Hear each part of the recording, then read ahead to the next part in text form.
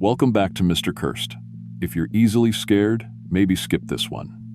Today I'm sharing 7 real horror stories about feral people living deep in the Appalachian Mountains. These aren't fake campfire tales. These happened to real workers last November. Cable guys, delivery drivers, teachers, normal people who took the wrong job and saw things that changed them forever. Before we start, hit subscribe and turn on notifications. Like this video and share it with someone brave enough to handle it. Comment where you're watching from. I read every single one. Okay, turn off your lights. Let's dive in.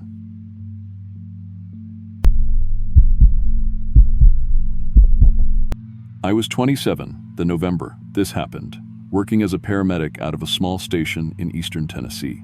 Been doing emergency medical for about 4 years by then, mostly car wrecks and overdoses, the occasional hunting accident.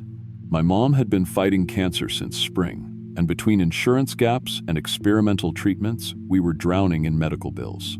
That's why I volunteered for the Thanksgiving shift. Holiday pay was double time, and I needed every dollar I could get. Mom always said I had too much of my dad in me.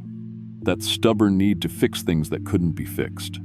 Dad died in a mine collapse when I was 12, trying to shore up a tunnel everyone else had abandoned. Maybe that's why I became a paramedic. Toneral. Still trying to save people, just with different tools. My partner that day was Jake Morrison, a 20-year veteran who'd seen everything these mountains had to offer.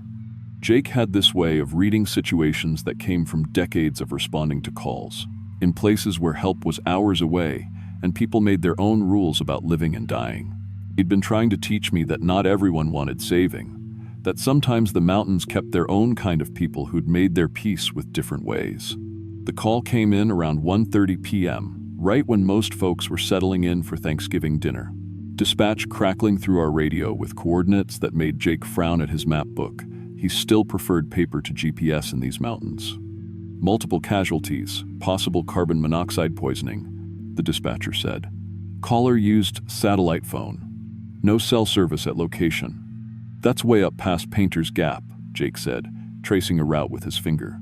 Haven't had a call up there in, Christ, must be 15 years. I was loading extra oxygen tanks while Jake plotted our route. The satellite phone detail meant we were heading somewhere truly remote, the kind of place where families had been living the same way for generations, where the outside world was more rumor than reality. The drive started on Highway 411, then turned onto increasingly narrow roads that wound deeper into the Cumberland Mountains. Pavement gave way to gravel, gravel gave way to dirt, and finally we were following what could barely be called a road at all, more like a logging trail that hadn't seen maintenance in decades. You ever been up this way? I asked Jake as we climbed higher, our ambulance struggling with the grade. Once, he said, not taking his eyes off the road. Long time ago. Different kind of folks up here. Old families. Been in these hollers since before there was a Tennessee. They don't much care for outsiders, especially government types. We're medics, not government. To some folks, there ain't a difference. Our GPS signal died about 20 minutes in, but Jake seemed to know where we were going. The trees grew thicker as we climbed, old-growth forests that blocked out most of the afternoon sun. The air got colder too, that sharp November cold that cuts right through your jacket and settles in your bones. That's when we started smelling the smoke. Not wood smoke. I knew that smell well enough. This was different. Thicker, with an undertone that made my stomach turn, like someone was burning garbage mixed with something organic, something that had been alive. Jesus, Jake muttered, rolling down his window. What the hell are they burning up there? We followed the smoke for another 10 minutes, winding through dense forest until the trees suddenly opened into a large clearing. What we found there made us both stop talking altogether. It wasn't one building, it was a whole settlement. Maybe 8 or 9 structures scattered around a natural clearing, all built from logs and salvaged materials. No power lines, no vehicles, no signs of the modern world. Smoke was rising from several points around the compound, thick black columns that seemed to come from burn piles scattered between the buildings. And there were people. Lots of them. They moved between the buildings like shadows, and even from a distance, there was something wrong about how they carried themselves. Too quick, too low to the ground, like they were more comfortable on all fours than standing upright. Jesus Christ, Jake whispered. How many you think there are?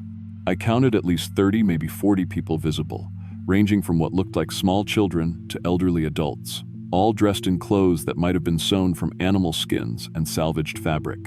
All moving in that same unsettling way, like wild things pretending to be human. That's when we saw the casualties. Near the center of the compound, several people were lying motionless on the ground. Others sat nearby, rocking back and forth or moving in ways that suggested serious injury or illness. The smoke seemed to be coming from piles of what I initially thought was medical: waste, bandages, equipment, supplies. Jake parked our ambulance at the edge of the clearing, and we got out with our medical bags. The smell hit us immediately, not just the burning, but something else underneath: the sweet, cloying smell of infection, of flesh that had gone bad and been left to fester. A man approached us from the main building. Tall, gaunt, with gray hair that hung past his shoulders and skin that looked like it hadn't seen soap in months. His clothes were animal hide stitched together with what looked like sinew. But it was his eyes that made my skin crawl. Pale blue, almost white, with an intensity that felt predatory. Behind him came others. Men, women, children, all with that same wild look, all moving in that same unsettling way. Not quite human, not anymore. "You the medicine people?" the leader asked. His voice was rough, like he wasn't used to speaking English, like maybe it wasn't his first language anymore. "We're paramedics," I said, trying to keep my voice steady. "We got a call about carbon monoxide poisoning." The man's face twisted into something that might have been a smile. "No poison gas. Mountain sickness. Come see." He led us toward the casualties, and with each step, the smell got worse. The people lying on the ground weren't unconscious from gas poisoning. They were dying from infections that had been left untreated for weeks, maybe months. Open wounds that had turned black around the edges. Broken bones that had healed wrong, leaving limbs twisted at impossible angles. The first person I examined was a woman, maybe in her 30s, burning with fever. Her left arm had a compound fracture that looked like it had happened weeks ago. The bone was visible through infected tissue that reeked of gangrene. She should have been in agony, but she just stared at me with those same pale eyes, not making a sound. "When did this happen?" I asked the leader. "Mountain takes, mountain gives," he said. "No poison medicine, body heal itself." I moved to the next casualty, a child who couldn't have been more than 10 years old. Animal bites covered his legs, deep puncture wounds that had gone septic. The infection had spread so far I could see red lines running up toward his torso, high B, blood poisoning that would kill him within hours without immediate treatment. "This child needs antibiotics," I said, reaching for my medical bag. "He needs them now, or he's going to die." That's when everything changed. The moment I opened my bag, the entire compound erupted. Not just voices raised in protest, but actual animal sounds, howling, snarling, sounds that came from throats that had forgotten how to make human speech. The people around us dropped to all fours, moving in coordinated pack formations like wolves circling prey. "No poison," the leader screamed, but his voice had changed too, become something between human speech and an animal's roar. "No corruption, mountain blood, pure." I tried to start an IV on the dying child, but before I could even get the needle positioned, someone hit me from behind. Not with fists, with claws.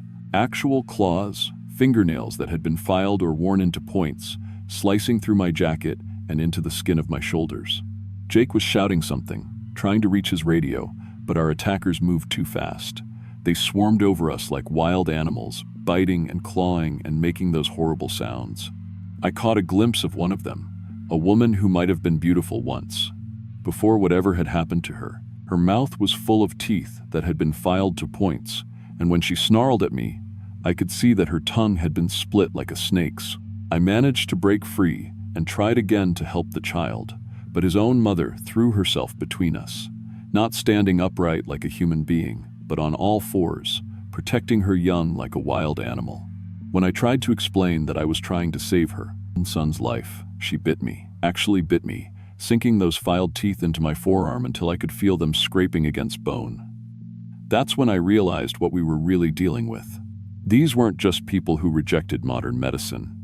These were humans who had gone feral, who had been living like animals for so long they'd forgotten how to be anything else.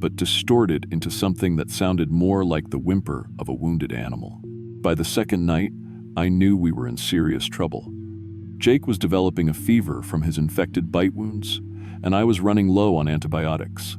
The little girl had stopped making any sounds at all, just lay in my arms, shivering despite the emergency blankets we'd wrapped around her. We followed old logging roads and game trails, trying to work our way back toward civilization. But the mountains all looked the same, and without proper equipment or maps, I wasn't even sure we were heading in the right direction. Several times I thought I heard sounds behind us, voices calling, branches breaking, the sound of pursuit. Whether it was the feral family tracking us or just my imagination, I never knew. On the Bither 5, on the second night, the little girl died. Hypothermia, most likely, though it could have been any number of factors. I'd done everything I could to keep her warm, shared my own body heat, but she was malnourished and weak to begin with. She just slipped away sometime after midnight, going from shivering to stillness in my arms. I've seen a lot of people die in my career as a paramedic, but holding that child while she died, knowing that if I'd been able to reach her family earlier, if I'd been able to convince them to accept medical care when she might have lived, that's something that changes you permanently. Jake made it through the night, but barely. The two surviving children were getting weaker, and I was starting to hallucinate from exhaustion and dehydration. That's when we found the highway. Not a main road, just a county route. But it had pavement and power lines and the most beautiful thing I'd ever seen, a Tennessee State Police cruiser coming around a bend in the distance. The next few hours were a blur of medical helicopters and emergency rooms and police interviews. The two surviving children were taken into protective custody, and teams of social workers and psychologists began the long process of trying to integrate them back into civilization. Jake recovered fully, though he retired from emergency medical services 6 months later. Said he'd seen enough of what people could become when they stopped being people. The authorities sent a team back to the compound 3 days later, but they found it empty. Not abandoned, empty. No bodies, no evidence that anyone had ever lived there. Even the buildings were gone, like they'd been dismantled and removed in a matter of days. The only thing left was the clearing itself, and some burn piles full of ash. But they did find evidence of what we'd encountered. Medical equipment buried in the ash piles. IDs and name tags from at least a dozen different ambulance services spanning 30 years. Radio equipment. Vehicle parts. Personal effects from medical personnel who'd answered calls to that location and never returned. The official report classified it as an isolated survivalist community that had disbanded after a medical emergency. No charges were filed because no bodies were recovered and no crimes could be proven. The two children we'd rescued were placed in foster care with families who specialized in cases involving severe trauma and developmental delays. But I know what really happened up there. I quit being a paramedic 8 months later. Not because I was afraid, though I was, but because I couldn't handle the uncertainty anymore. Every time we got a call to a remote location, every time I saw people who chose to live outside the normal world, I wondered if they'd made the same choice as that family. If they'd decided that being human was just another form of contamination. The two children we saved are doing better now. Sarah and Michael, 200 and Saverty. Those are the names they chose when they learned enough English to pick names for themselves. They're in their early teens now, living with adoptive families who understand their background. Sarah still doesn't speak much, but she's learned to read and write. Michael has more behavioral problems. He still prefers to sleep on the floor rather than in a bed. Still eats with his hands instead of utensils. But they're alive, and they're learning how to be human in ways their birth family had forgotten. I work in medical equipment maintenance now, still connected to healthcare, but from a distance. Safe distance. My mom's cancer went into remission, thankfully, and the medical bills that started this whole nightmare are finally paid off. But I still have dreams about that compound. Dreams about children dying from preventable diseases while their families fight to prevent treatment. Dreams about humans who chose to become something else, something that belonged more to the deep woods than to civilization. And sometimes, late at night when I'm driving through the mountains on back roads, I wonder how many other families are still out there. How many communities have made the same choice, turned their backs on the modern world so completely that they've forgotten how to be human. The mountains keep their secrets well, And some secrets are probably better left alone. But I keep the names of those children in my wallet, Sarah and Michael. Not the names they were born with, which were probably just animal sounds anyway, but the names they chose when they decided to join the human world. They remind me that even when people choose to become something else, sometimes you can still save the ones who haven't made that choice yet. Sometimes that's enough. Most of the time, it has to be.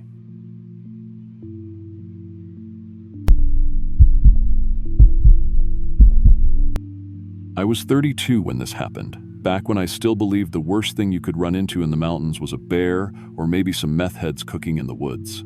I'd been working cable installation for Mountain State Communications for 8 years, mostly because the pay was decent and I needed every dollar I could get for child support. My ex-wife had custody of our 2 kids, and those payments didn't care if I was having a good month or bad. The call came in Tuesday night before Thanksgiving. My supervisor, Rick, sounded tired when he called. Got an emergency service request up in eastern Kentucky. Some kind of community center lost their connection during that ice storm last week. They're offering double overtime for holiday work. I needed the money bad. How far up? 3 hours into the Daniel Boone Forest, place called Mountain View Communications Hub. Address shows it's pretty remote, but the work order says they serve a bunch of rural families up there. Seemed straightforward enough. Rural communities in Appalachia were always struggling with connectivity. Half the families up there still lived like it was 1950. But more and more were trying to get online for basic services. A community center helping them made sense.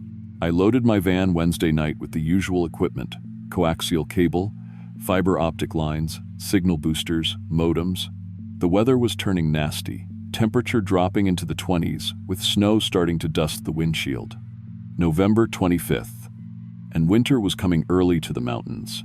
The drive up took closer to 4 hours with the weather. GPS kept losing signal once I got deep into the forest, but the roads were marked well enough. What struck me first was how quiet everything was. No birds, no insects, no wind through the trees. Just this heavy silence that seemed to press against the windows of my van. Even with the heater running, I felt cold. The address led me to a cluster of buildings that looked like they'd been built in the last few years. Modern construction, but something about the layout felt wrong. The buildings were connected by underground cable runs, but they were positioned like they were watching each other, or watching for something else. A woman came out to meet me as I pulled up. Mid-40s, well-dressed, spoke with an educated accent that didn't quite fit the remote location. She introduced herself as Sarah. "Thank you so much for coming out during the holiday," she said, shaking my hand. Her grip was stronger than I expected, and her skin was oddly cold. "I know it's an inconvenience, but our communication needs are quite urgent." She showed me around the main building, explaining that they provided internet access and communication services for the traditional families living deeper in the mountains. The setup was impressive. Server rooms with equipment worth more than my house, satellite dishes, communication arrays that looked almost military grade. "Some of these folks have been in these mountains for generations," Sarah explained as we walked. "They prefer to live traditionally, but sometimes they need to connect with the outside world, and we help facilitate that." I started working on their connection issues, running new cable lines, and checking their network infrastructure. But as the day went on, things began to feel off. The existing wiring was far more sophisticated than any community center would need. This was professional-grade equipment, the kind used by corporations or government facilities. What exactly do these mountain families do that requires this level of connectivity? I asked while installing a new router. Sarah's smile didn't reach her eyes. "They're researchers, anthropologists. They study traditional ways of living. Very important work." But that didn't explain the security cameras covering every angle of the property, or the men I'd seen walking the perimeter, trying to look casual but moving with military precision, or the fact that I hadn't seen a single one of these traditional families who supposedly used the facility. Around 2 p.m., I was working in the basement server room when I heard voices coming from somewhere below me. At first I thought it was just pipes or HVAC, but then I realized the sounds were coming from underneath the building. There was another level down there. The voices were talking, but not in English. It sounded like some kind of dialect I'd never heard before. Lots of clicking sounds and low guttural noises that didn't sound quite human. But what really made my skin crawl was that I could hear Sarah's voice mixed in with theirs, speaking the same strange language fluently. I kept working, trying to act normal, but my hands were shaking. Whatever was going on here, it wasn't a community center helping rural families. And the more I thought about it, the more I realized I hadn't seen any signs of normal human activity. No cars besides mine and Sarah's. No trash. No worn paths where people would naturally walk. The whole place felt like a stage set. When Sarah came back to check on my progress, I tried to keep my voice steady. How many families do you actually serve here? Oh, quite a few. They're very private people, you understand. They don't like to be seen by outsiders. When was the last time any of them were here? Her pause was just a second too long. This morning, actually, before you arrived. But the dust patterns on the floors told a different story. The only footprints in this place were mine, Sarah's, and the security guards.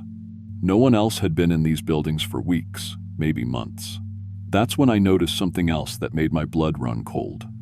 Mixed in with the sophisticated networking equipment were other devices I couldn't identify. Monitoring equipment that seemed designed to track something outside the buildings. Motion sensors pointing into the forest. Audio pickups positioned like they were listening for specific sounds. Sarah, what are you really doing here? She studied me for a long moment, and when she smiled this time, her teeth looked different, sharper than they had before. We're facilitating communication, Danny, just like I told you, but not the kind you're thinking of.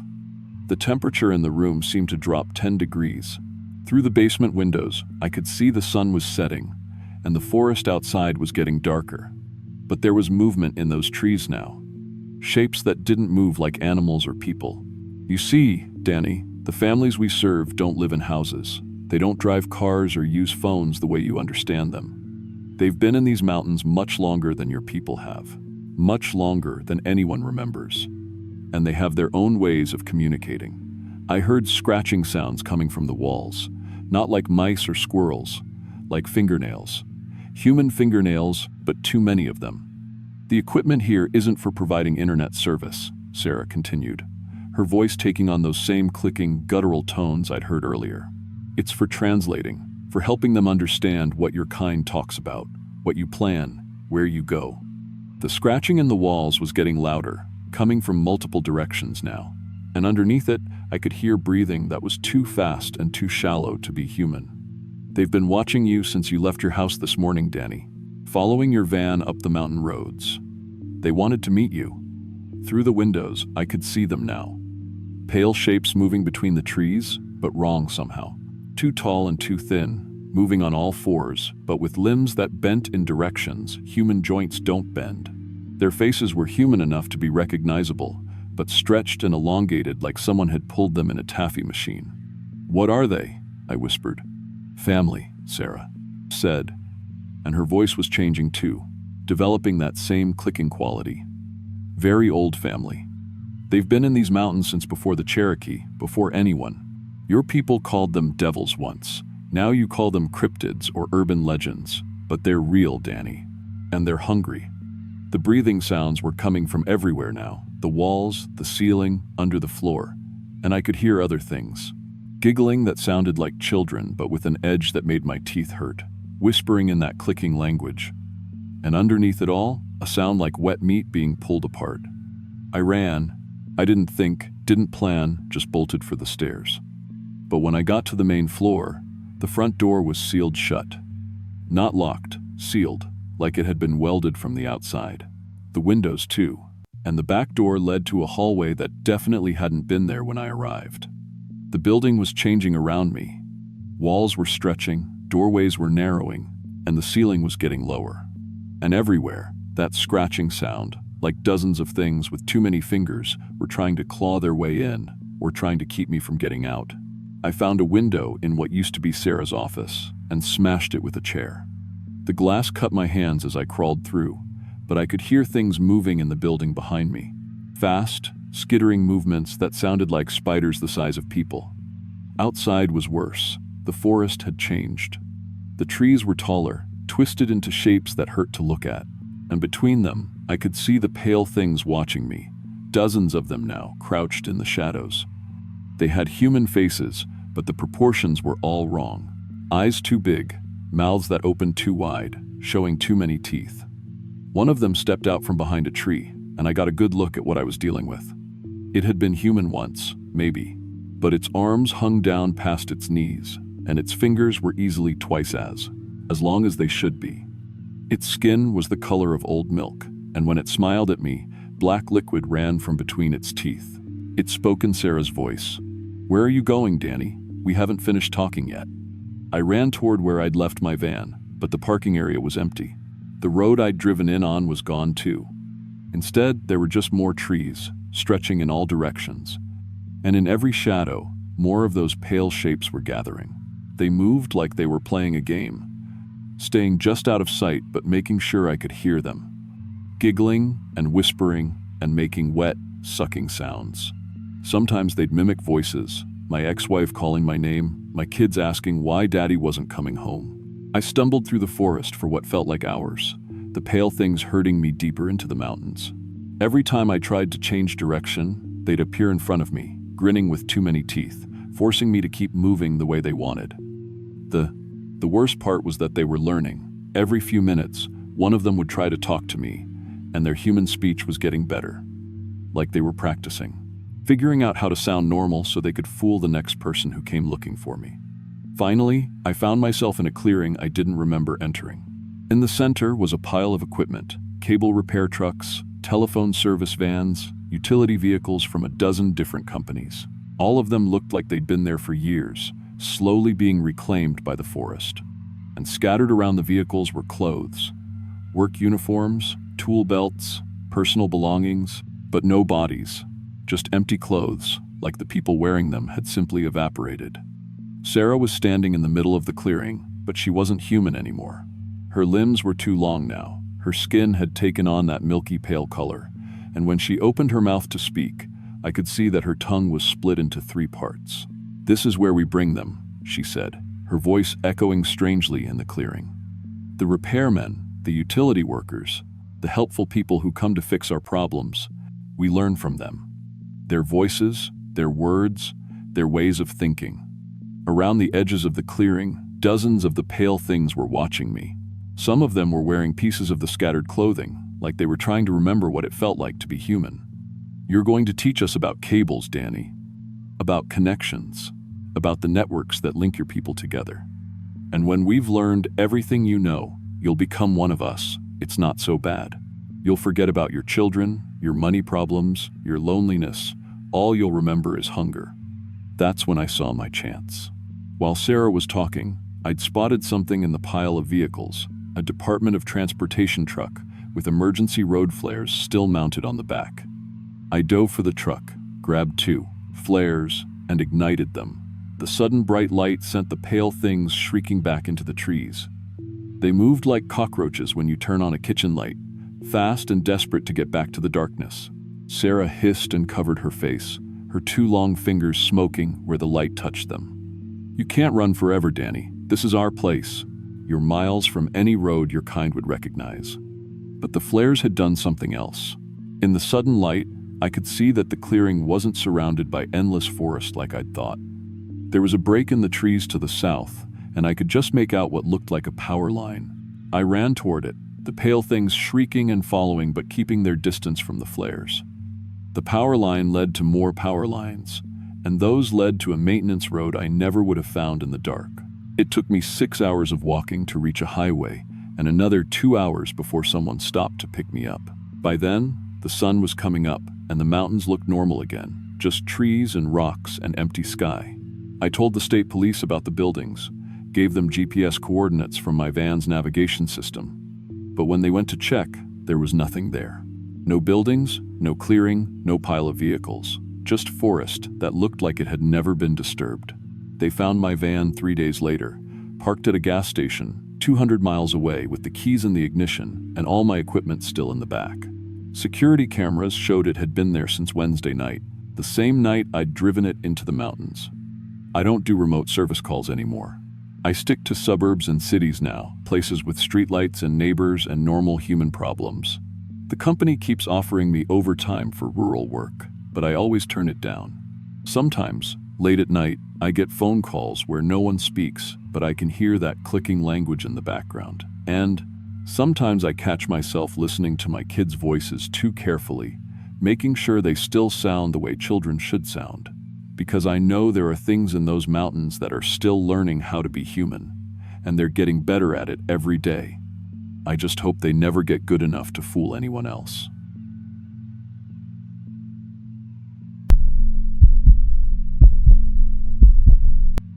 I'm 29 and work as a fiber optic technician for Mountain Connect, installing high-speed internet in rural areas across eastern Kentucky.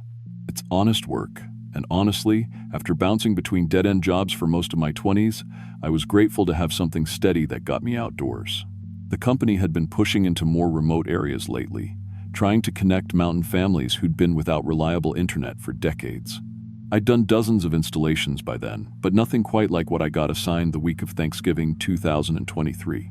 The work order came in on November 28th, a rush job to connect several family compounds scattered across Pine Ridge Mountain before December. What made it tricky was the terrain. These weren't your typical suburban installations, where you just run cable along existing utility lines. The families lived on old homestead land, connected by a network of natural caves that had been used for generations. My supervisor, Carlos, yeah, that's me, Carlos Mendez, would need to map the cave systems and run fiber optic cables through the underground passages to link up 3 separate family groups living on different sides of the mountain. I loaded up the company van with spools of fiber cable, junction boxes, and my usual gear. Then made the 2-hour drive from Lexington into the mountains. The GPS gave out about 20 minutes before I reached the coordinates, which wasn't unusual for that area. I followed hand-drawn directions on a piece of notebook paper until I found the access road, more like a worn dirt path that wound up through thick pine and oak trees. Samuel Mackenzie met me at the first compound, an older man maybe in his 60s, with weathered hands and the kind of mountain accent that tells you his family's been on that land longer than anyone can remember. "Right grateful for this outside world connection," he said, shaking my hand. "Been isolated too long up here. Young folks keep leaving for the valley, 'cause there's nothing to keep them." He gestured toward a cluster of well-maintained cabins and outbuildings. "Figure if we can get proper internet, maybe some of them will come back." Samuel walked me to the cave entrance, a natural opening in the limestone about the size of a garage door. "These passages connect all our places," he explained, clicking on a heavy-duty flashlight. "My granddad's granddad used to tell stories about how the family went underground during the old Troubles. Caves kept us safe, gave us ways to move around without being seen." The mouth of the cave exhaled cool, damp air that smelled like wet stone and something else, something organic and old. I spent that first day mapping the main passages with Samuel as my guide. The cave system was incredible, far more extensive than anything I'd expected. Natural tunnels branched off in every direction, some wide enough to drive a truck through, others barely shoulder width. The walls showed clear signs of human modification. Carved handholds, smoother passages where generations of feet had worn down the stone, and areas that had been deliberately widened with hand tools. "Your people have been using these caves for a long time," I said, running my hand along a section of wall that had been carefully chiseled to create a level walking surface. Samuel nodded. "My family, the Pratts, and the Holloways. 3 families, same mountain, connected underground for more than a century. Cave system goes back further than that, though. Way further." As we went deeper, I noticed living areas that looked recent, fire rings with fresh ash, sleeping spaces with relatively new blankets, food storage areas with mason jars and dried goods. "People still live down here?" Samuel's expression changed slightly. "Some do. Deep One's been down there long time, changed by the mountain darkness." He paused, seeming to choose his words carefully. "Surface people stay above, Deep Ones stay below. Been that way since before I was born." I figured he was talking about hermits or maybe family members who preferred the underground lifestyle. Mountain people have their own ways, and I'd learned not to judge. But something in his tone made me think there was more to it. The next morning, I started running fiber cable through the main passages. The work was slow but straightforward. Drill anchor points, string the cable, install junction boxes at key intersections. I was maybe 3 hours into the job when I heard movement in one of the side passages, a shuffling sound like someone dragging their feet across stone. "Hello?" I called out. My voice echoed strangely in the tunnels. No response, but the shuffling stopped. I kept working, but the feeling of being watched was impossible to shake. Every few minutes, I'd catch movement in my peripheral vision, pale shapes just beyond the reach of my headlamp beam. When I'd turn to look directly, nothing was there. Around noon, I was installing a junction box near what Samuel had called the deep junction, a large chamber where multiple passages converged. That's when I got my first clear look at them. 3 figures emerged from a passage I hadn't explored yet, moving with perfect confidence in the darkness. They were definitely human, but something was wrong. Their skin was translucent white, almost luminescent in my headlamp beam. Their eyes were huge, easily twice the size of normal human eyes, with pupils that contracted to pinpricks in the light. They moved without making sound, their feet finding purchase on the uneven cave floor like they'd been walking these passages their entire lives. Which, I realized, they probably had been. They stopped about 20 feet away and just stared at me. One of them made a clicking sound with their tongue, a rapid series of clicks and pauses that echoed through the chamber like sonar. The others responded with their own clicking patterns. They were communicating. I tried to stay calm, to treat this like any other unexpected encounter with locals. "Hey there," I said, keeping my voice low and non-threatening. "I'm Carlos, with Mountain Connect, just running some internet cables through here." They didn't respond to my words, but their clicking intensified. Then, as suddenly as they'd appeared, they melted back into the darkness. I finished that junction box in record time and headed for the surface. Samuel was waiting by the cave entrance, and one look at my face told him what had happened. "You met the deep ones. Those were people, right? Human beings living down there?" "Used to be," he said. "Been down there so long, the mountain changed them. They see perfect in the dark, hear things we can't hear, know every passage for miles around. They don't bother us none, long as we respect the boundaries." "What boundaries?" "Surface people stay above, deep ones stay below. Your cables." He shook his head. "Deep ones see that as invasion. Technology don't belong in their territory." I wanted to write it off as mountain folklore, but I'd seen those people. The way they moved, the size of their eyes, the clicking communication, that wasn't normal human behavior. That was adaptation. Evolution. Over the next 2 days, things escalated. I'd string cable through a passage, come back the next morning to find it cut. Not damaged by accident, cleanly severed with precise tool marks. Equipment would disappear overnight. My battery-powered drill vanished from the main junction where I'd left it, then reappeared 3 passages over, completely disassembled. They were studying my technology, taking it apart to understand how it worked. The clicks started following me. No matter where I went in the cave system, I could hear their echolocation signals bouncing off the walls around me. They were mapping my movements, tracking me through their territory, like a hunter tracks prey. Samuel tried to mediate. "Been thinking maybe we could find another route," he suggested on the 3rd day. "Run the cables around the mountain instead of through it." But my supervisor back in Lexington was breathing down my neck about the deadline, and routing cables around the mountain would add weeks to the project. I had equipment worth thousands of dollars down in those caves, and I wasn't about to abandon it. That was a mistake. On the 4th night, I decided to work late, hoping to finish the main trunk line before they could sabotage it again. I was deep in the system, maybe half a mile from the entrance, when the clicking sounds changed. Instead of the random patterns I'd been hearing, they became coordinated, rhythmic. Hunting signals. I looked back toward the main passage and saw lights moving in the darkness. Not electric lights. These had a blue-green phosphorescent glow, like foxfire or bioluminescence. The deep ones were carrying some kind of organic light source, and there were a lot of them. The clicking was coming from multiple directions now. They were surrounding me.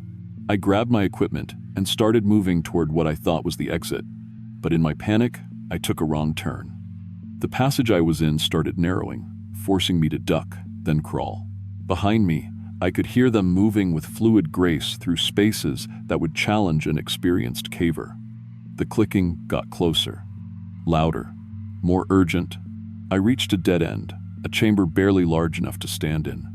When I turned around, my headlamp illuminated at least a dozen of them, blocking the passage I'd just crawled through. Up close, I could see the full extent of their adaptation to underground life. Their fingers were elongated, with what looked like hardened nails perfect for gripping stone. Their limbs seemed too long for their bodies, giving them an unsettling spider-like appearance. One of them stepped forward and opened its mouth. Instead of teeth, it had rows of small, sharp points, perfect for processing the kind of food you'd find in deep cave systems. When it spoke, the voice was human but distorted, like someone speaking through water. "Your machines break the old ways." It could speak English, broken, halting English, but understandable. "I'm just doing my job," I said. "Installing internet for the families up top. Surface, people. Stay above." Another one moved forward. "Deep ones, stay below. Your light wires bring change to darkness." They weren't just protecting territory, they were protecting a way of life that had existed for generations, maybe centuries. My fiber optic cables would bring the outside world into their domain, and they knew that meant the end of their isolation. The clicking intensified again, and I realized they were coordinating an attack. In that moment, looking at their elongated limbs and sharp teeth, I understood that despite their human origins, they were apex predators in this environment. I was in their world now, and I was prey. That's when I remembered something about fiber optic technology that might save my life. The cables I'd been running weren't just for data transmission. They carried laser light powerful enough to cause eye damage if you looked directly at the beam. And these creatures had evolved enlarged eyes specifically adapted to darkness. I yanked the portable laser tool from my belt, a device we used for testing cable connections, and cranked it to maximum output. The beam that shot out was intense enough to read by, a concentrated column of coherent light. The effect on the deep ones was immediate and devastating. Their enlarged pupils couldn't contract fast enough to protect their retinas from the sudden intensity. They shrieked, a sound like metal scraping against stone, and stumbled backward, covering their eyes with those elongated hands. I swept the laser beam across the chamber, creating a perimeter of light that they couldn't cross. Then I started moving, using the laser to clear a path back toward the main passage. Behind me, I could hear them crashing into walls, their perfect navigation system completely disrupted. The journey to the surface took 20 minutes that felt like hours. Every few yards, I'd encounter more of them, and each time, the laser beam would send them scrambling back into the deeper passages. By the time I reached the cave entrance, dawn was breaking over Pine Ridge Mountain. I left everything behind. Thousands of dollars worth of equipment, dozens of hours of work, the entire fiber optic installation.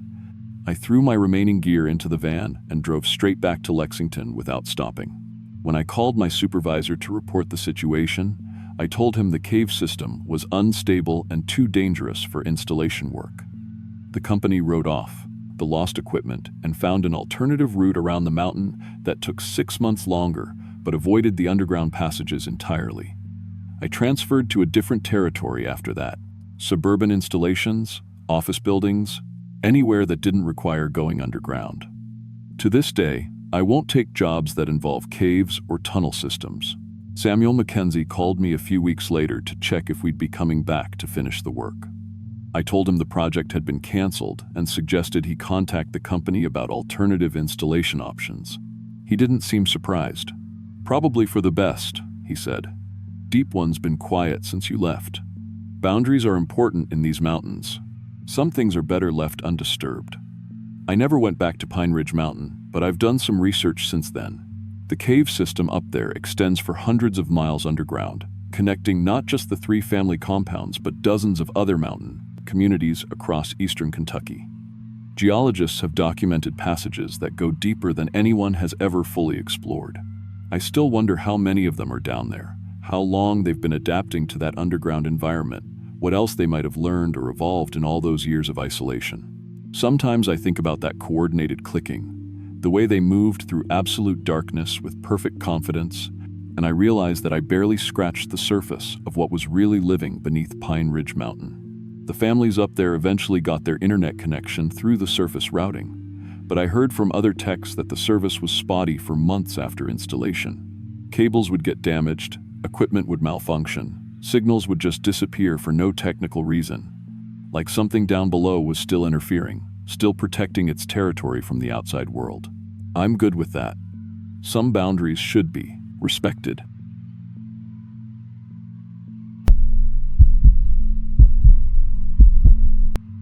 I'm 33 years old, and I run a small catering business out of my apartment in Richmond.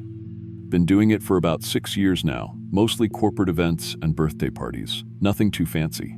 The money's decent when I can get steady work, but last November my commercial mixer broke down and I was looking at a $1,200 repair bill I couldn't afford. That's when I got the call about the Thanksgiving job. The woman on the phone said her name was Martha, and she needed someone to cater a big family dinner up in the mountains near the Virginia-West Virginia border. 50 people, traditional Thanksgiving spread, and she was willing to pay 3 times my usual rate. I should have asked more questions, but honestly, I needed that money. She gave me directions to some compound way up in the hills and said they'd have everything I needed for cooking setup. The drive took me almost 4 hours, winding through mountain roads that got narrower and more isolated as I went deeper. My GPS lost signal about halfway there, but Martha's handwritten directions were pretty detailed. By the time I reached the turnoff, it was getting dark and I hadn't seen another car in probably an hour.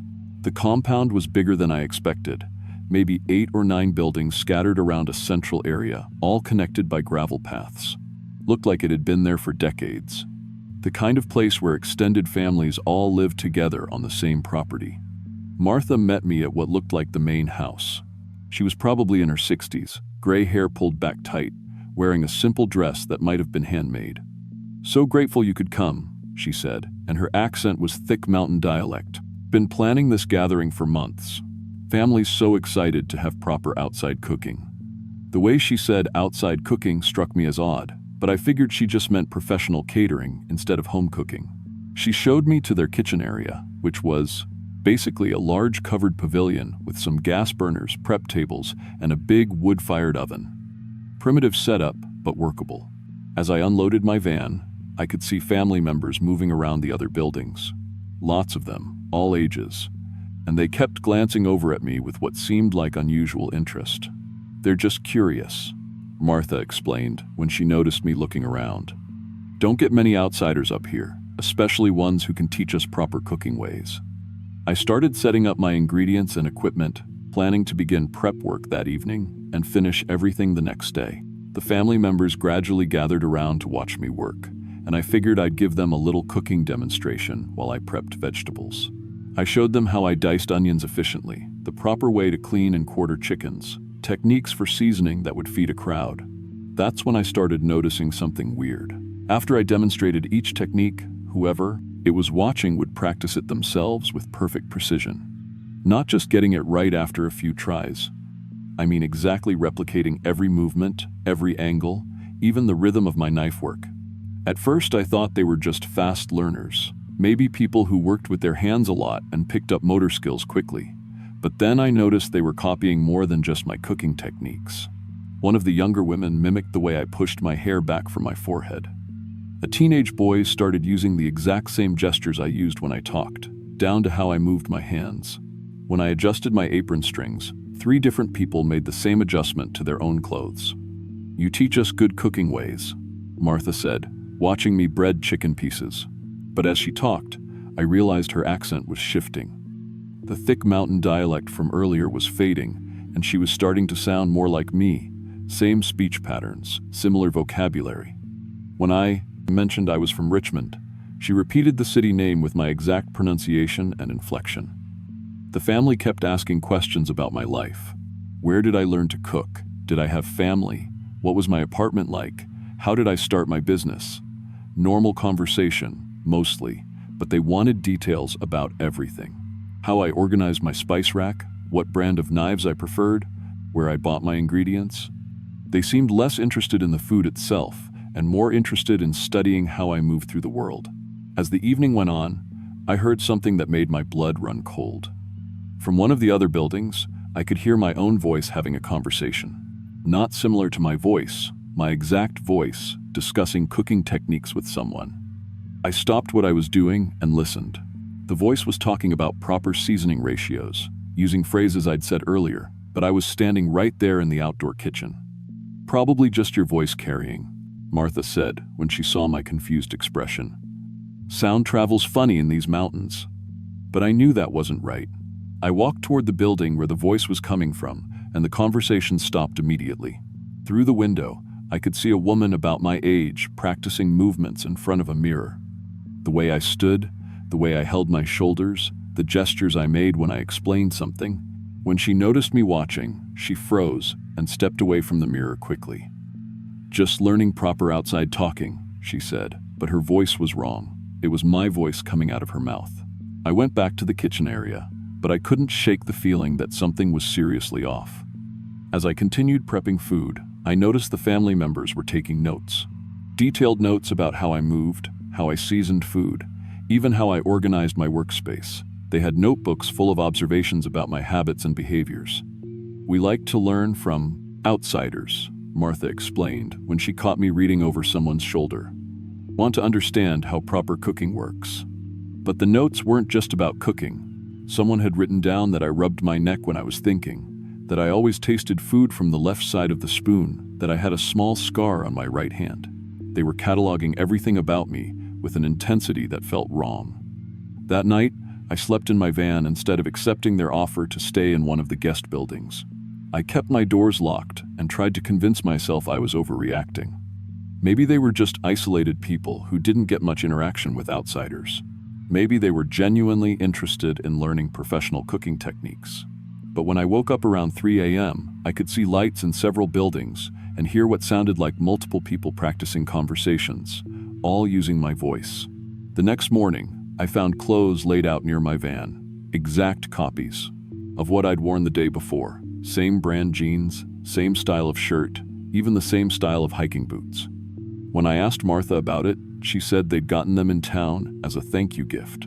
But there was no way they could have gone to town and back in the few hours since I'd arrived, and these weren't new clothes. They were worn, broken in, like someone had been wearing them for a while. "We want to show appreciation for all you're teaching us," Martha said, but her voice had changed completely. She now sounded exactly like me, using my speech patterns and vocabulary. It was like listening to a recording of myself talking. During the final food prep that morning, I realized the full scope of what was happening. Multiple family members could now mimic my voice perfectly. They'd copied my mannerisms, my way of moving, even my professional techniques with total accuracy. But it wasn't just learning, they were practicing to be me. One of the older men approached me while I was carving the turkeys. "Rosa," he said in my voice, "we need to talk about what happens next." I'd never told any of them my name. "We're not exactly what you'd call normal folk," he continued, still using my voice. "We're something older, something that's been in these mountains long before regular people settled here. We learn from outsiders who come through. Take their shapes, voices, memories, everything that makes them who they are." As he talked, his appearance began to change. His hair lightened to match mine, his face reshaping itself until I was looking at an almost perfect copy of myself. The transformation was gradual but undeniable. "You've been a good teacher, Rosa. Helped us learn your life real well.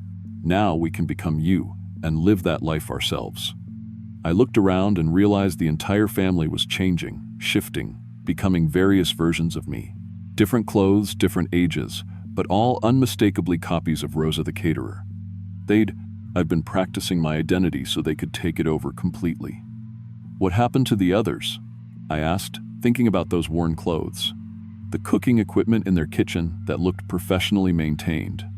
"Other teachers helped us learn their lives too," Martha said, her face now matching mine perfectly.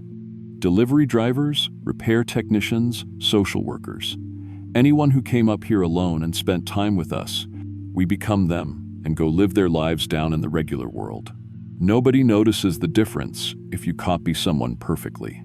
They showed me a storage building filled with personal belongings, driver's licenses, work uniforms, tools and equipment from various professions. Dozens of identities they'd stolen over the years. The Thanksgiving dinner wasn't a celebration. It was my goodbye party. I realized fighting them was useless. They could become perfect copies of me, complete with my memories and knowledge. But as they advanced on me, I remembered something they couldn't replicate perfectly: the muscle memory of years spent cooking professionally. They could copy my techniques, but they couldn't instantly know the weight of ingredients by feel or judge temperatures without thinking about it.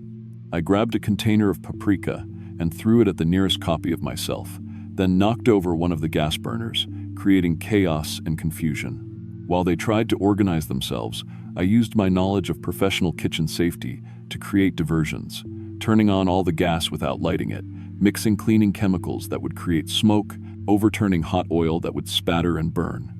In the confusion of smoke and chaos, I ran for my van. The copies of me followed, but they moved wrong. They had my appearance, but not the deep knowledge of how my body moved through space. I knew exactly how to navigate around the obstacles I'd created, while they had to think about it. I drove down those mountain roads faster than I should have, checking my rearview mirror constantly. About halfway back to civilization, my GPS signal returned, and I could see I was on the right roads again.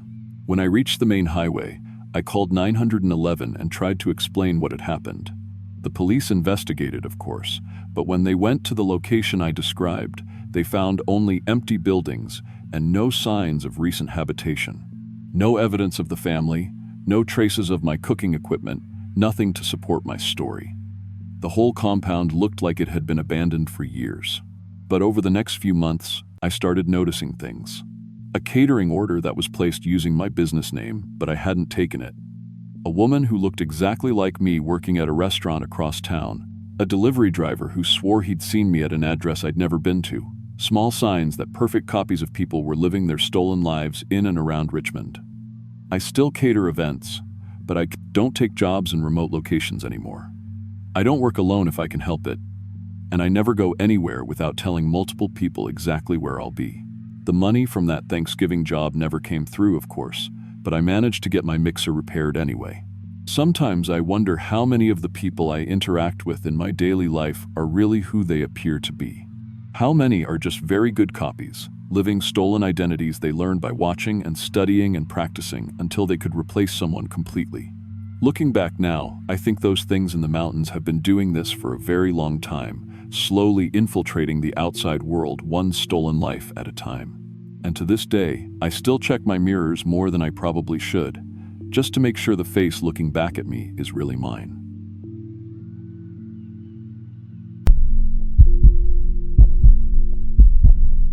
I'm 29 now, and I work night shifts at a warehouse outside Asheville. Back when I was 22, though, I was between jobs and staying with my Uncle Ray up in the mountains near Grandfather Mountain. He'd offered me his guest room while I figured out what to do next, and honestly, I was grateful for the quiet after losing my apartment in Charlotte. Uncle Ray had this old cabin that'd been in our family since the 1942. Nothing fancy, just 2 bedrooms, a wood stove, and no cell service for miles. He'd retired from the lumber mill a few years back and spent most of his time fixing things around the property or hunting. The nearest neighbor was probably 3 miles down the mountain, and the closest town was a 40-minute drive on winding dirt roads. I'd been there about 2 weeks when Ray mentioned he needed to drive down to Boone for supplies and to visit his doctor. Said he'd be gone 3 days, maybe 4 if the weather turned bad. This was late October 2016, and we'd already had our first frost. The leaves were turning, and you could smell winter coming in the air. That sharp, clean smell that cuts right through you. "You'll be all right up here alone?" he asked, loading his truck with empty propane tanks and a grocery list.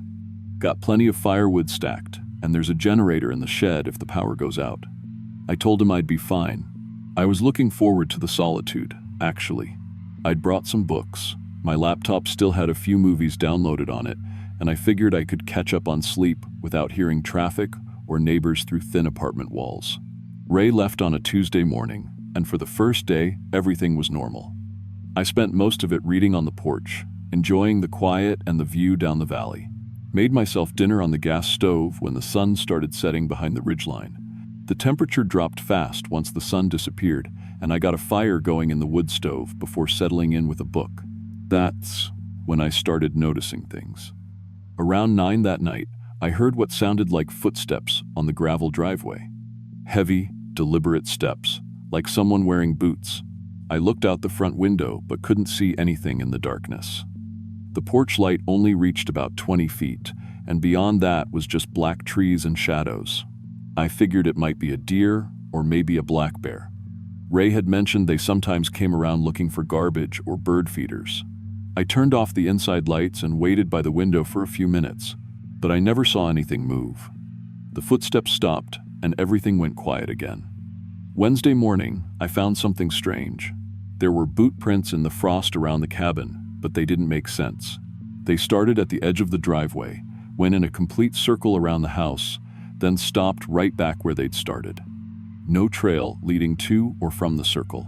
Just a perfect ring of footprints, about 10 feet from the walls. I tried to rationalize it. Maybe Ray had walked around the cabin before he left, checking for something. But these prints looked fresh, and the frost hadn't formed until after midnight. Plus, they were bigger than Ray's feet, size 12, maybe 13. I called Ray's cell phone, but it went straight to voicemail. No surprise there. Cell service was spotty even down in Boone, and he wasn't much for keeping his phone charged anyway. That afternoon, I decided to take a walk on the old logging trail that ran behind the property. Ray had mentioned it connected to the main Forest Service road about 2 miles up the mountain. I thought maybe I'd walk to where I could get cell service and call him back, just to check in. The trail was easy to follow at first. Clear path, blazes on the trees every 100 yards or so. But about a mile in, I started feeling like something was off. The woods had gone completely quiet. No birds, no squirrels, no insects. Even the wind, he had stopped. It was like walking through a vacuum. I kept going, figuring I was just being paranoid after finding those footprints. But the silence was getting to me. In these mountains, there's always some kind of noise. Leaves rustling, branches creaking, something moving in the underbrush. This was different. It felt dead. Then I started hearing the footsteps again. They were behind me, maybe 50 yards back, matching my pace perfectly. When I stopped, they stopped. When I started walking, they started. I turned around several times, but the trail curved too much to see very far back through the trees. I picked up my pace, and so did the footsteps. They were getting closer. That's when I decided to head back to the cabin. I turned around and started walking fast, almost jogging, but I could still hear them behind me. Steady, heavy steps on the trail, getting closer with every minute. I broke into a run. The footsteps behind me started running too, but they sounded wrong. Too fast, like whoever it was had longer legs than should be possible. And they weren't getting tired.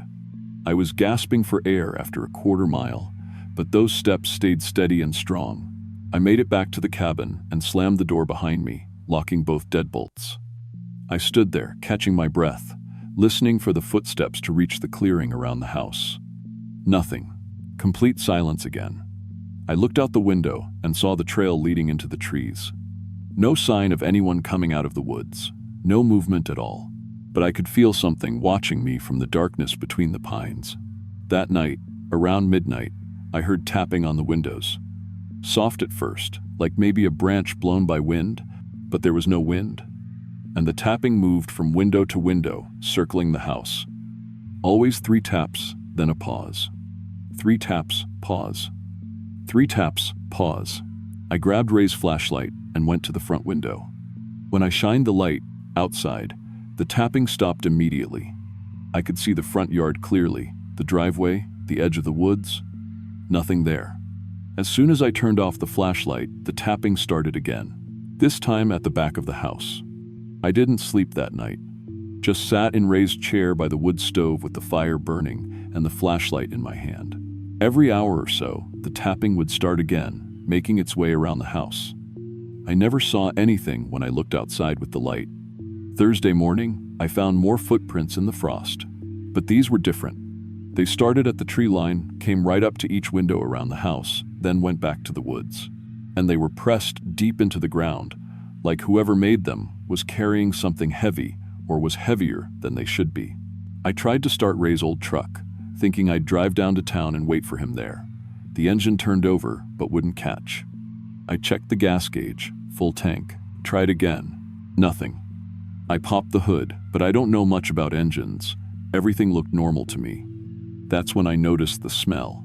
Something sweet and rotten, like fruit that had been left in the sun too long. It was coming from the woods behind the house, getting stronger every hour. By afternoon, it was so thick I could taste it in the air. Sweet and sick, making my stomach turn. I spent Thursday evening sitting on the front porch with Ray's shotgun across my lap. He'd shown me how to use it my first week there, just in case of bears, he'd said.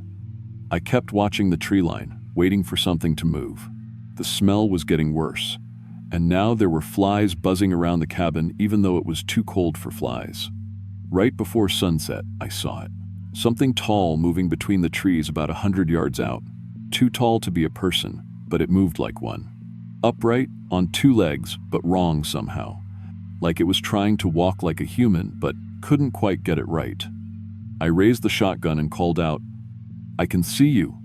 Stay back." It stopped moving, but it didn't leave. I could see its shape through the trees, just standing there, watching me. As it got darker, I lost sight of it, but I could feel it still out there, waiting. That night was the worst.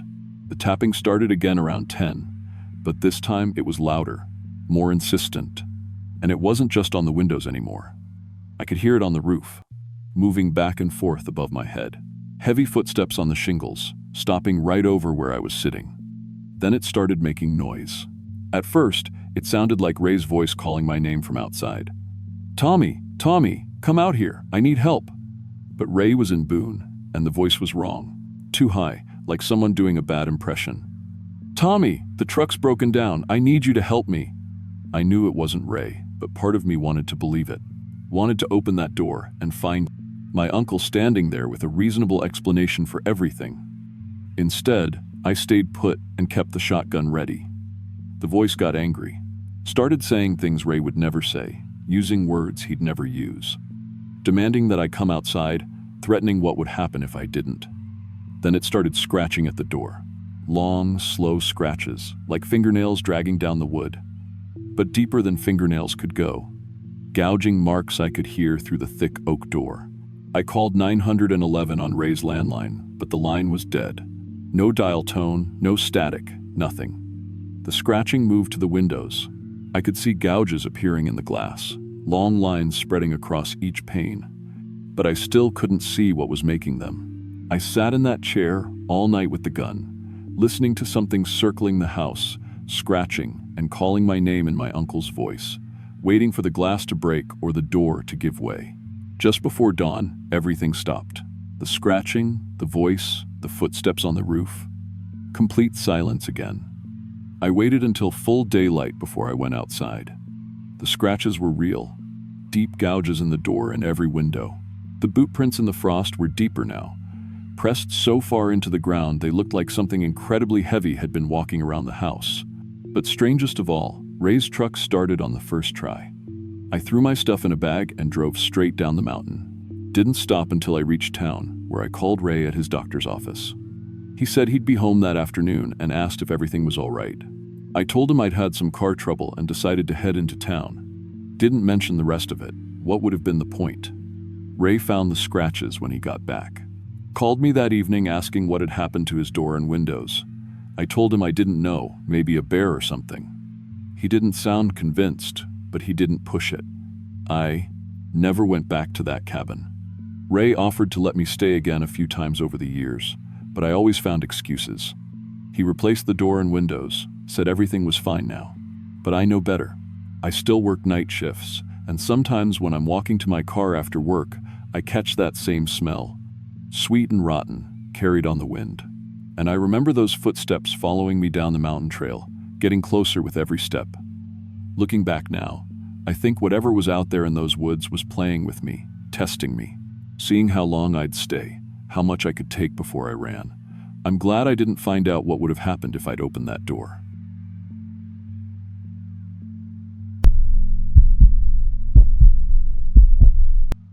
I'm 31 and work for FedEx. Been driving delivery routes for about 7 years now. After my divorce went through last spring, money got pretty tight, especially with Christmas coming up and wanting to make sure my daughter Emma still got the presents she deserved. So when they asked for volunteers to work the Thanksgiving week routes for double pay, I jumped on it without thinking twice. Most drivers hate holiday deliveries. People are traveling, roads get bad, and you're working when everyone else is with family. But I needed that extra cash, and honestly, staying busy kept my mind off spending the holiday alone.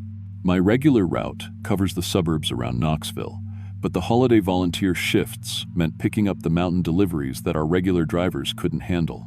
Eastern Tennessee has some seriously remote addresses, places where GPS gives up and you're following hand-painted signs nailed to trees, hoping you're going the right direction.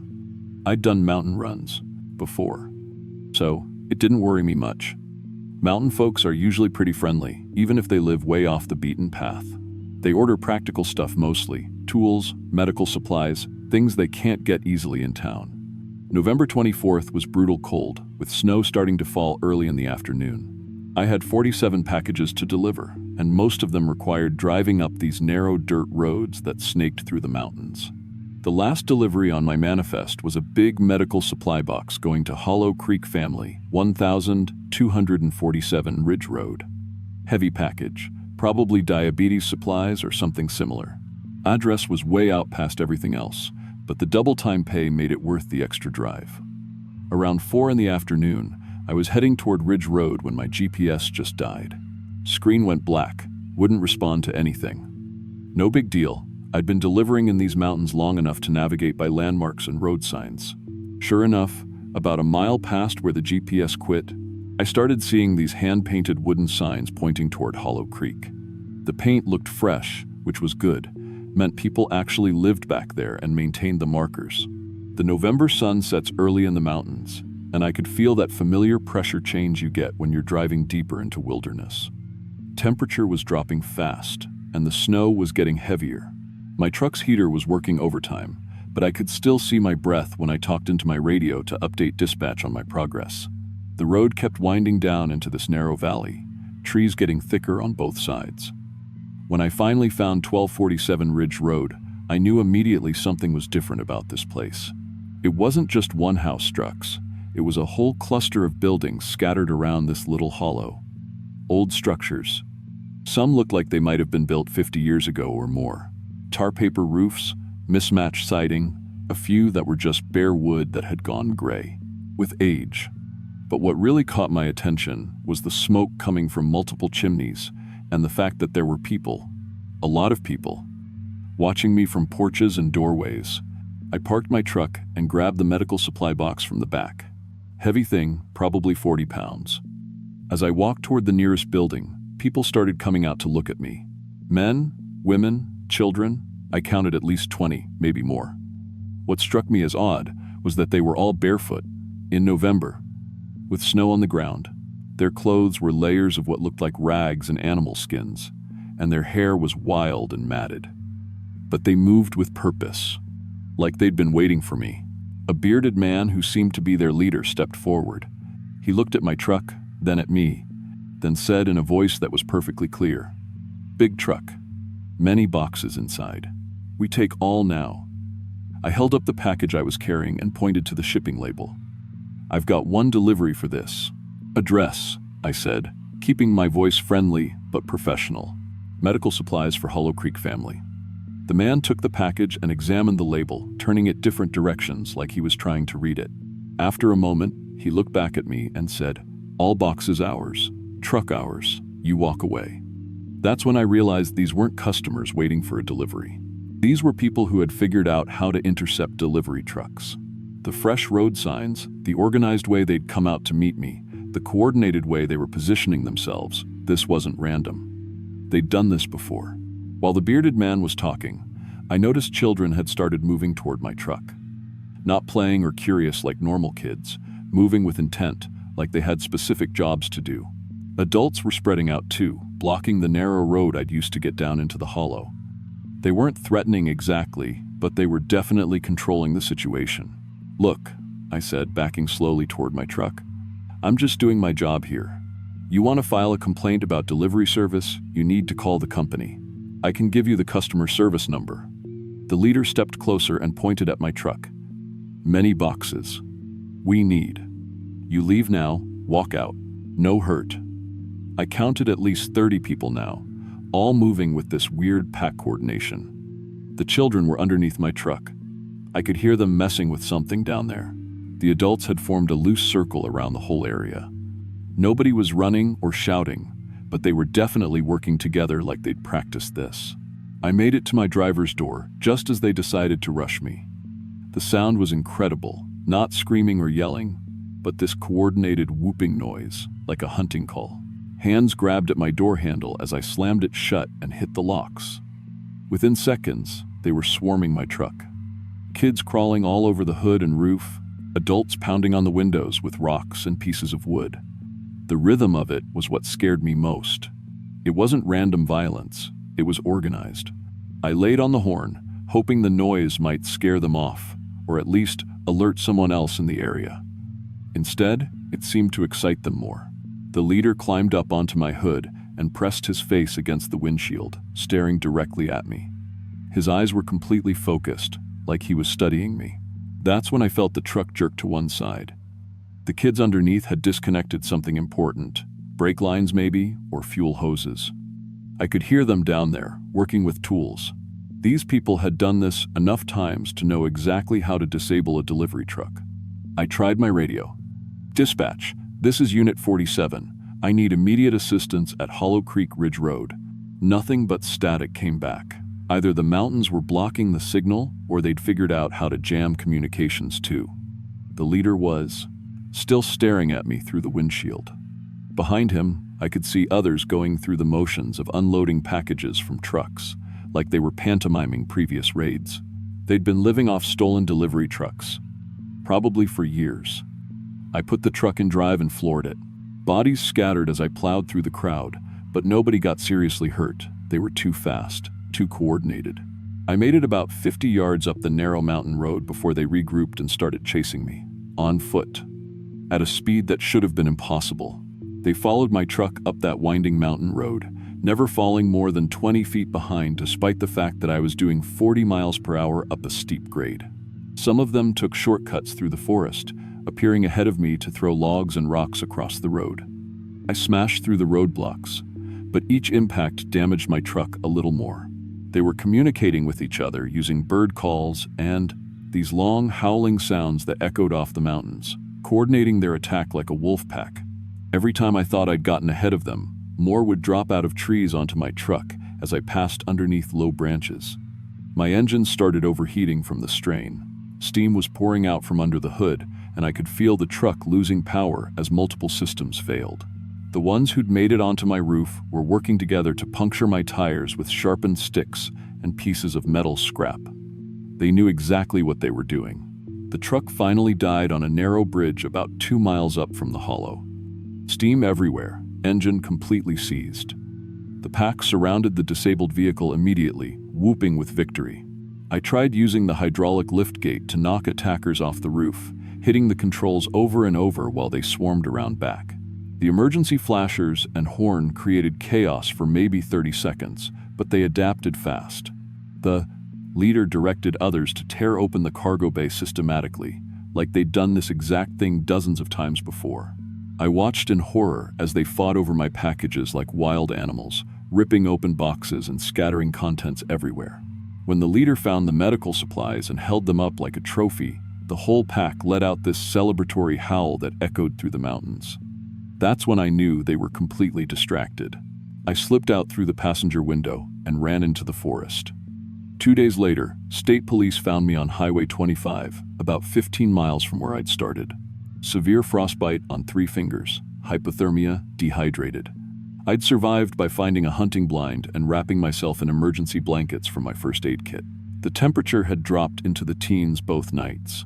When they went back to investigate, they found my truck completely stripped and burned, nothing left but the frame.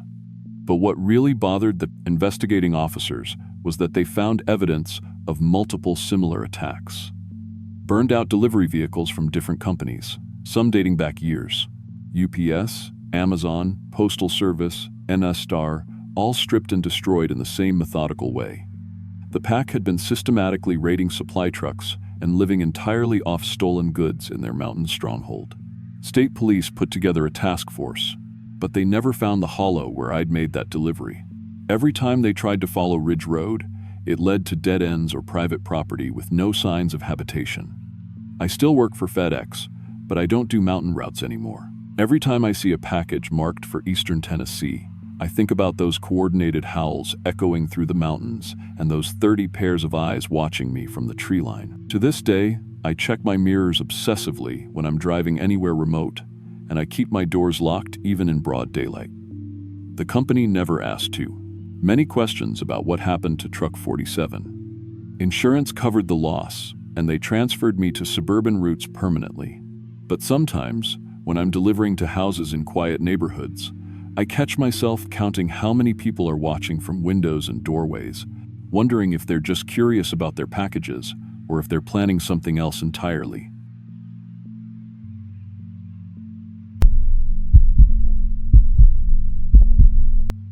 I'm 29 years old and I work as a substitute teacher. Been doing it for about 3 years now, mostly around Pittsburgh. But last November, I took a position that changed everything. My student loans had gone into default, and I was getting desperate for steady income. So when this recruiter called about a month-long assignment in rural West Virginia that paid almost double my usual rate, I didn't ask too many questions. I probably should have. The job was at something called Mountain View Elementary in a place called Copperhead Hollow. When I looked it up online, I could barely find anything about it. Hoovtay. Just a mention in some old state education records about it being a one-room schoolhouse serving scattered mountain families. The recruiter, this woman named Agnes, had this warm, grandmotherly voice on the phone. She kept saying how grateful they were that someone with my qualifications was willing to help their little ones learn proper. The way she said it stuck with me. I drove out there on a cold Monday morning, the week before Thanksgiving. The GPS signal cut out about 20 minutes before I reached the place, but Agnes had given me detailed directions. Turn left at the broken mailbox, follow the dirt road past the old mining equipment, look for the red barn. The school turned out to be this converted log cabin tucked into a valley between two ridges. Smoke was coming from the chimney, and there were a few old pickups parked outside. Agnes met me at the door.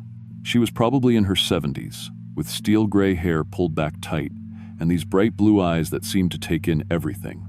She wore a faded floral dress and a hand-knitted sweater that looked like it had seen decades of wear. "So glad you made it safe, dear," she said, taking my hands in hers.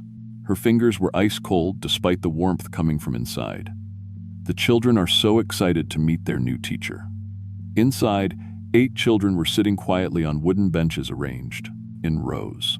Their ages looked like they ranged from maybe 5 to 14. What struck me immediately was how still they were. I'd never seen kids that age sit so quietly without fidgeting or talking. They all looked up at me with these serious, watchful expressions. They were clean, and their hair was neatly combed, but their clothes were obviously homemade, rough cotton dresses for the girls, and simple pants and shirts for the boys. "Children, this is Miss Rebecca," Agnes announced. "She's here to help you learn." They nodded in unison, but didn't say anything. No hello or nice to meet you like you'd expect. Just these 8 pairs of eyes studying me. I started with basic introductions and assessment to see what grade levels I was working with. That's when I noticed the first strange thing. There were no school supplies. No books, no paper, no pencils, nothing. When I asked Agnes about it, she just smiled and said, "Our children learn by listening, dear. Mountain Way is different from outside way." The kids were incredibly smart, I'll give them that. When I started going over basic math concepts, they absorbed everything instantly. Same with geography and science. It was like they were sponges, soaking up every word. But when I tried to give them writing exercises, Agnes stepped in immediately. "Writing makes children think wrong thoughts," she explained, her voice still warm but with this edge underneath. "We teach them proper mountain way. Keeps their minds clear." During my lunch break, I tried to make conversation with the kids. That's when I noticed they never mentioned parents or families, only referred to their mountain family. When one of the younger boys mentioned being hungry, Agnes brought out their lunch, raw meat and what looked like foraged plants and berries. They ate everything with their hands, tearing at the meat like animals. Don't use outside food, Agnes explained when she saw my expression. Makes children weak. Mountain food keeps them strong. I asked where the children lived, thinking maybe there was a dormitory or something. Agnes pointed toward a barn behind the school. They sleep there, safe and warm. I walked over to look and my stomach dropped. The barn was set up with animal stalls, and each stall had a pile of hay. That was it. No beds, no blankets, nothing. These children were sleeping like livestock, even with November temperatures dropping into the 20s at night. That afternoon, during recess, I managed to get the oldest girl alone. She looked about 14 and had introduced herself as Emma. I asked her quietly about the sleeping arrangements, about their families, about how long they'd been at the school. Emma glanced around nervously before whispering, "Please don't try to help us. Bad things happen to teachers who ask questions." "What kind of bad things?" I pressed. "Last teacher tried to contact authorities about our conditions." Emma's voice was barely audible. "She had accident on Mountain Road. Car went off cliff." My blood went cold. "Emma, where are your parents? Your real families?" "Different families," she whispered. "Agnes gives us mountain names. My real name isn't Emma." "What do you mean, different families?" Emma looked toward the school where Agnes was watching us through the window. Taken from school buses, playgrounds, stores. Some of us been here years. The pieces started falling into place. These weren't local mountain children getting education. These were kidnapped kids, and Agnes was using this fake school setup to keep them isolated and controlled. The remote location, the lack of records online, the way the children behaved, it all made horrible sense. Agnes approached us then, that same warm smile on her face. "Time to come inside, children." "Rebecca, could I have a word?" "Inside," Agnes confronted me directly. "Children tell me everything, dear." "You, trying to fill their heads with outside poison?" I tried to play it off, said I was just getting to know them, but Agnes wasn't buying it. "Some teachers learn to teach proper mountain way," she said, her voice completely different now, cold and threatening. "Others have accidents." I made an excuse about needing to get something from my car, but when I got outside, it wouldn't start. The engine wouldn't even turn over. I popped the hood and saw that the fuel line had been cut clean through. Agnes appeared behind me. "Car troubles, dear?" That fake warmth was back in her voice. "Happens a lot up here in the mountains. Good thing you can stay the night. Help you think about your choices." She led me back inside and I realized I was trapped. That's when Agnes showed me something that made my blood freeze. There was a root cellar beneath the school, and it was full of personal belongings, purses, car keys, driver's licenses, teaching certificates, all from different people. All from other teachers who had come here and asked too many questions. "Children need proper guidance," Agnes explained, running her fingers over a locket that had belonged to someone named Sarah Martinez. "Outside world corrupts young minds. Some teachers understand, others." She didn't finish the sentence, but she didn't need to. That night, Agnes locked me in the school. I was sitting there in the dark, trying to figure out what to do, when I heard scratching at the door. It was the children. Emma had picked the lock somehow. "We've been planning," Emma whispered, "but we need adult help. Agnes has guns.